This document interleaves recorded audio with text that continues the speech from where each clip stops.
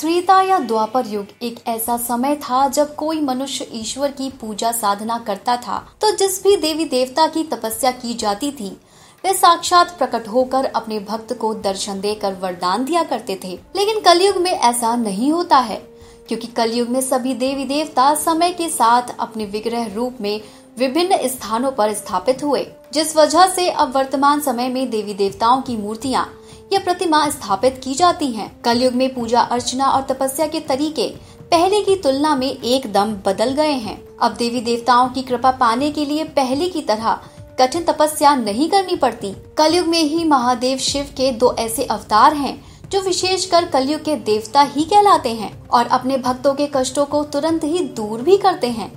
तो कौन है कलयुग के वो देवता, आइए जानते हैं। पहले नंबर पर आते हैं काल भैरव। दोस्तों, काल भैरव कलयुग में अपने भक्तों की तुरंत सुनने वाले हैं। इनका स्वरूप बड़ा अनोखा है।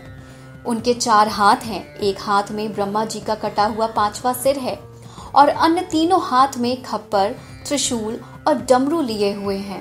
काल भैरव भगवान शिव का रुद्र अवतार हैं। इस रुद्र रूप से लोगों को डर भी लगता है, लेकिन बाबा भैरव बहुत ही दयालु और जन का कल्याण करने वाले हैं। शास्त्रों के अनुसार काल भैरव की उपासना कलयुग में शीघ्र फल देने वाली होती है। काल भैरव के दर्शन मात्र से ही शनि और राहु जैसे क्रूर ग्रहों का कुप्रभाव समाप्त हो जाता है। काल भैरव की सात्विक, राजसिक और तामसी तीनों विधियों में उपासना की जाती है।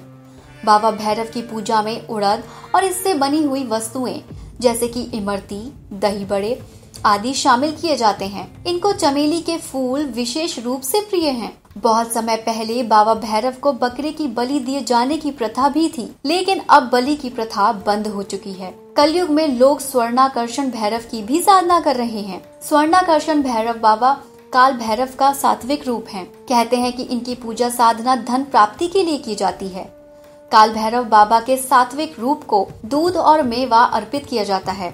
इस रूप में मांस और मदिरा नहीं चढ़ाई जाती है। इनको रात्रि के देवता भी कहा गया है। इसी वजह से काल भैरव बाबा की साधना रात्रि 12 से 3 बजे के बीच की जाती है। इनकी उपस्थिति का अनुभव गंध के माध्यम से होता है। दोस्तों, बाबा काल भैरव की आराधना में विशेष ध्यान रखने की जरूरत होती है। देवी महाकाली, काल भैरव और शनिदेव, ये तीनों ही देव बेहद कड़क, क्रोधी और कड़ा दंड देने वाले हैं। ये तीनों ही देवी देवता धर्म की रक्षा के लिए नियुक्त किए गए हैं, पर ये तीनों ही देवगण अपने उपासकों और साधकों की मनोकामनाएं भी तुरंत पूरी करते हैं। कहते हैं कि 40 दिनों तक लगातार काल भैरव का दर्शन करने से समस्त मनोकामना पूरी होती है। शास्त्रों में इसे चालीसा कहते हैं। दूसरे देवता हैं हनुमान जी। हनुमान जी कलयुग के एक ऐसे देव हैं जिनकी उपासना सबसे अधिक की जाती है।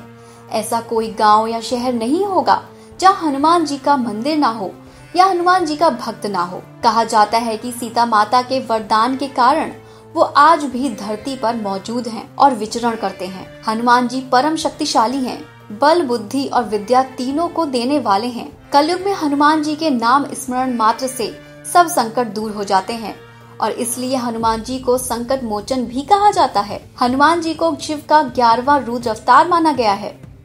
ये सभी प्रकार से सर्वगुण संपन्न हैं। अगर आप भी महादेव के सच्चे भक्त हैं तो इस वीडियो को ज्यादा से ज्यादा शेयर करें। हर हर महादेव।